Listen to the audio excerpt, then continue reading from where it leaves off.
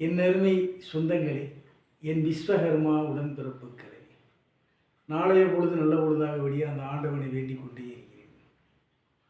அதாவது குறிப்பிட்டு சொல்லப்போனால், நம்ம 2009 ஒரு அமைப்பு உருவாக்கினோம். தமிழ்நாடு அனைத்து விஸ்வகர்மா முன்னேற்ற கழகங்கள். அதன் தொடர்ச்சியாக பதிவு போட வேண்டும் என்பதற்காக டெல்லியை நோக்கி விரைந்து அங்கு நம்ம தொழிலாளர் வாழ்வுரிமை கட்சின்னு ஒரு பதிவு உண்டானதை நம்ம பண்ணியிருக்கோம். இந்த சூழ்நிலையில் முழுக்க நம்மளுடைய இயக்கம் எப்படின்னா, சமுதாய சார்பாகத்தான் யாருக்கு ஆதரவு கொடுக்கறது, அதே மாதிரி நம் சமுதாய மக்கள் எங்கே நின்றாலும் அவங்களுக்கு நம்ம பிரச்சாரம் பண்ணி அவங்களுடைய வெற்றியை நிர்ணயிக்கக்கூடிய சக்தியாக நான் தமிழகத்தில் இருக்கோம். அப்படிப்பட்ட இயக்கமாக தான் இதுவரைக்கும் நம்ம காலம் கடந்து வந்திருக்கோம். அதே மாதிரி நம் தொழிலாளர் வாழ்வுரிமை கட்சி சார்பாக நாம் விருதுநகர் பாராளுமன்ற தேர்தலில் சந்திச்சிருக்கோம். அதெல்லாம் உங்களுக்கு எல்லாருக்கும் தெரியும். இருந்தாலும் ஒரு சில நபர்கள் என்ன செய்கிறாங்கன்னா, விஸ்வகர்மா பேனரில் ஒரு அமைப்பு உருவாக்கியிருக்காங்க. ஆனால் அவங்களுடைய செயல்பாடெல்லாம் பார்த்தீங்கன்னா ஒவ்வொருத்தவங்க ஒவ்வொரு விதமாக பண்ணிக்கிட்டு வர்றாங்க. ஆனால் நம்மளுடைய இயக்கத்தின் சார்பாக நான் சிலதை அவங்கள்ட்ட சொல்கிறேன். முழுக்க நம் சமூகம் எந்த இடத்துல, அதாவது ஒரு கவுன்சிலராக இருந்தாலும் சரி, ஒரு எம்எல்ஏ இருந்தாலும் சரி, ஒரு எம்பியாக இருந்தாலும் சரி, அந்த தொகுதியில் நிற்கக்கூடிய நம் சமுதாய மக்களுக்கு முழுமையாக நாங்கள் பிரச்சாரம் பண்ண தயாராக இருக்கோம். அது மட்டுமல்ல, இந்த பிரச்சாரம் இன்றைக்கி நேற்று இல்லை, எந்த இடத்துல நம்மளால் நின்றாலும் அங்கே போய் நாங்கள் பிரச்சாரம் பண்ணுறோம். 2011 எலெக்ஷன்லேருந்து இன்றைக்கி வரைக்கும் நாங்கள் பிரச்சாரம் பண்ணுறோம். 2023 நடந்த பாராளுமன்ற தேர்தலில் நம்ம தனித்து ஒரு இடத்துல நின்றோம் சுயேட்சையாக. அந்த இடத்துல முழுமையாகவே நம்ம வேலை பார்த்து நம்மளுடைய ஓட்டுக்களை, சமுதாயத்துக்குன்னு கிடைக்கக்கூடிய ஓட்டுக்களை வாங்கியிருக்கோம். அப்படி இருக்கும் பட்சத்தில் நான் இது என்ன சொல்ல வரேன்னா, நல்லா கேட்டுக்கு. ஒரு அமைப்பு இருக்குன்னா, ஒரு விஸ்வகர்மா சமுதாயத்தை சார்பாக ஒரு அமைப்பு நீங்கள் உருவாக்குனீங்கன்னா, எந்த ஒரு அரசியல் கட்சிக்கும் ஆதரவு கொடுப்பதை தவிர்க்க வேண்டும். ஏன்னா அந்த இடத்துல நம் சமுதாயம் இருந்தால் நீங்கள் கண்டிப்பாக உங்களுடைய நோக்கத்தை தெரிவிக்கலாம்.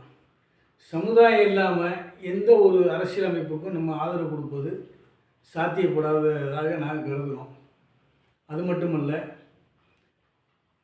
இப்போ குறுகிய காலத்தில் நாங்கள் நிறையா கவனிச்சுக்கிட்டே வர்றேன். இன்றைக்கி உதாரணத்துக்கு எடுத்துக்கிட்டோம்னா, இன்றைக்கி ஆளக்கூடிய திராவிட முன்னேற்ற கழக அரசு விஸ்வகர்மா சமுதாயத்துக்குன்னு தேர்தல் அறிக்கையில் ஒரு முக்கியமாக ஒரு 4 அறிக்கை, அதுக்கு மேலே நிறையா கொடுத்துருக்காங்க. ஆனால் ஒரு 4 அறிக்கையை நம்ம கையில் எடுக்கிறோம். அந்த 4 அறிக்கையுமே இது வரைக்கும் அவங்க செயல்படுத்த முடியலை. இன்றைக்கி 5 வருஷம் ஆக போகுது, 4.25 வருஷம் ஆயிடுச்சு.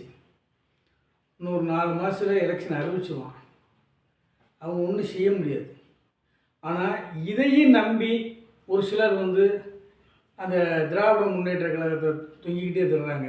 எதுக்குன்னு தெரியல. இவங்களாம் சமுதாயத்துக்கு சங்கம் நடத்துகிறாங்களா இல்லை டிஎம்கேக்கு சங்கம் நடத்துகிறாங்களா எங்களுக்கு தெரியல. என்ன காரணத்துக்கு சொல்கிறேன்னா புரிஞ்சுக்குங்க. ஏன்னா இன்றைக்கி எடப்பாடி ஆட்சியில் முதல்ல ஒரு 110 விதியில் ஒரு அறிக்கை வெளியிட்டாங்க. அந்த அறிக்கையை எம்கே தியாகராஜ பாதருக்கு மணிமண்டபம் கட்டித்தரேன்னு சொல்லியிருந்தாங்க. அதே மாதிரி அவங்க பணத்தை ஒதுக்குனாங்க. ஒதுக்கி அந்த திட்டத்தையும் ஆரம்பித்து விட்டாங்க. அவங்க ஆட்சி மாறிடுச்சு. இறுதியாக 2 ஆண்டு காலமாக அந்த அந்த பில்டிங்கெலாம் முடிஞ்சு திறப்புலா பண்ணாமல் இந்த அரசு தாமதப்படுத்திக்கிட்டே வந்துச்சு.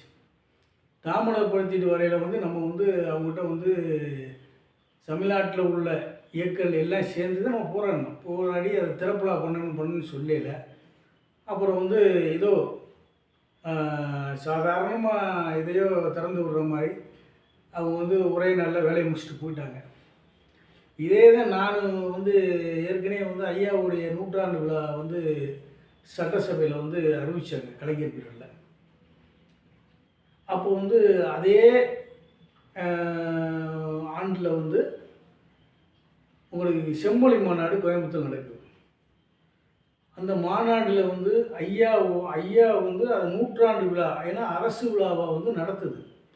அப்படி இருக்கும் பட்சத்தில் வந்து செம்மொழி மாநாட்டில் ஐயாவுக்கு எந்த அவருடைய பேரில் வந்து எதுவுமே இல்லை. அவங்க வந்து அந்த நிகழ்ச்சியை எதையுமே அவங்க வந்து காட்டலை. ஏன்னா நம்ம விஸ்வகர்மா சமுதாய மக்கள்னாலே ஒரு மறைக்கப்பட்ட சமூகமாக தான் அவங்களை வளர விடக்கூடாது என்ற நோக்கத்தில் தான் அவங்க இது வரைக்குமே பண்ணிக்கிட்டு வந்திருக்காங்க. இதில் வந்து அனைத்து இந்திய அண்ணா திராவிட முன்னேற்ற கழகத்துக்கு நம்ம எதுக்கு வந்து ஆதரவு கொடுக்கணும்னு நான் சொல்லலை. என்ன காரணம்னா, அனைத்து இந்திய அண்ணா திராவிட முன்னேற்ற கழகத்தோட பின்புலத்தை எடுத்து பார்க்கல, அவங்களால தான் வந்து இன்றைக்கி வந்து நம்ம ஒரு அமைச்சரை பார்த்துருக்கோம். இன்றைக்கி டிஎம்கேல வந்து எவ்வளோ மக்கள் நம்ம விஸ்வகர்ம மக்கள் இருந்தாலும் அவங்க வந்து அந்த தகுதிக்கு அவங்க எடுத்துக்கல, அந்த இடத்துக்கு அவங்க கொண்டு வர முடியலை. ஏன் என்ன காரணம் அப்படின்னா, அவங்க இன்னுமே வந்து நம்மளை வந்து மைனாரிட்டிலேயே வந்து எப்படின்னா ஒரு குறிப்பிட்ட எப்படின்னா இப்போ வந்து ரொம்ப கம்மியாக இருக்க கிரேடில் தான் நம்மளை வச்சுக்கணும். நம்ம வந்து சுமார் நல்லா பார்த்தீங்கன்னா ஓட்டு உரிமை உள்ளவங்களே குறைஞ்சபட்சம் ஒரு 45 லட்சம் பேர் இருப்போம், கண்டிப்பாக இருப்போம் தமிழ்நாட்டில். அந்த 45 லட்சம் பேரையுமே வந்து அவங்க சாதாரணமாக ஒரு 5 லட்சம் பேர் இருப்பாங்க அப்படிங்கிற மாதிரி கணக்கு போடுறாங்க. இதனால தான் நமக்கு வந்து எந்த சீட்டு ஒதுக்கி தரல. ஆனால் இதே இது வந்து அம்மையார் ஜெயலலிதா அம்மையார் வந்து கண்டிப்பான முறையில் நமக்கு 2 சீட்டு கொடுத்தாங்க.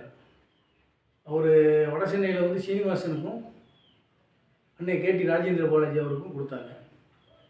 அவர் முதல்வட்ட எம்எல்ஏ இருந்தார், மருதவனை தோத்துட்டார். அன்னை வந்து எப்போ ஃபஸ்ட்லேருந்து அன்னை வந்து 2 முறை வந்து எம்எல்ஏ அமைச்சர் இருக்காங்க.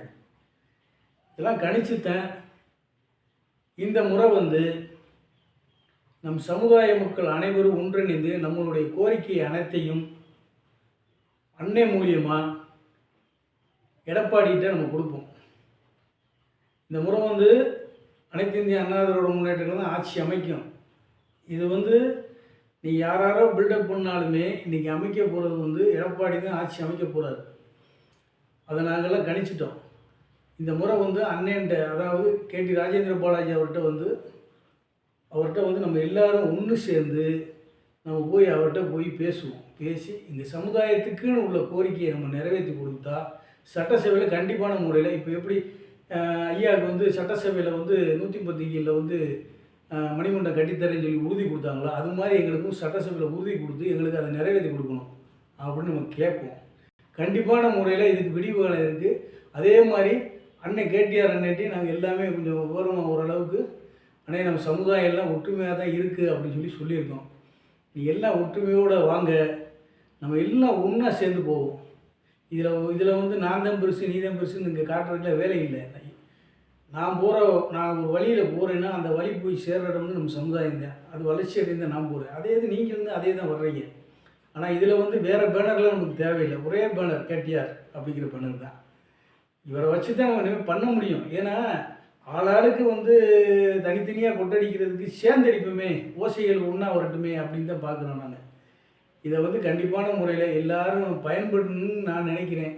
ஒரு சில தலைவர்கிட்ட நான் பேசுனதுக்கு அவங்க என்ன சொல்கிறாங்க, நல்லதாக இருக்குது தலைவரை, நம்ம எல்லாம் வந்து ஒன்று சேர்ந்து நம்ம போய் ஒரு ஆலோசனை கூட்டம் மாதிரி போடுவோம். அதில் வந்து அன்னை கேடிஆர் அண்ணனை கூப்பிட்டு பேசுவோம். பேசிவிட்டு அந்த கூட்டத்தில் வந்து அன்னைட்ட நம்ம இதை பற்றி சொல்லுவோம்.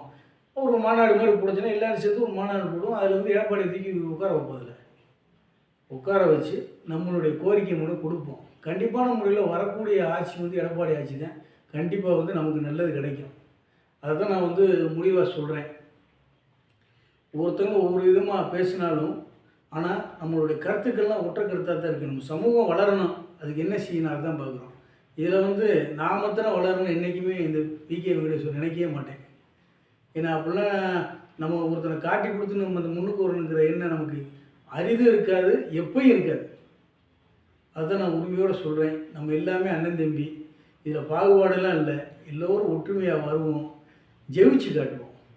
வரக்கூடிய சட்டசபை எலெக்ஷனில் நம்ம ஒரு ஒரு நம்ம சமுதாயத்தை சார்ந்தவங்க ஒரு 5 பேராவது எம்எல்ஏ இருக்கணும். அதுக்கு தான் நான் பாடுபட்டுருக்கேன். இதெல்லாம் நீங்கள் வந்து எல்லோரும் முன்மொழியணும். எல்லோரும் வாங்க, நம்மளுடைய ஒற்றுமையான பலத்தை காட்டுவோம். வருகின்ற காலத்தில் வந்து விஸ்வகர்மா மக்கள் சமுதாயத்தை சார்ந்து ஒரு 5 எம்எல்ஏ வந்து சட்டசபையில் இருக்காங்க, ஒரு 2 அமைச்சர் இருக்காங்க, அப்படிங்கிற மாதிரி வரணும். அதுக்கு இதில் ஈகோலாம் பண்ணாதீங்க.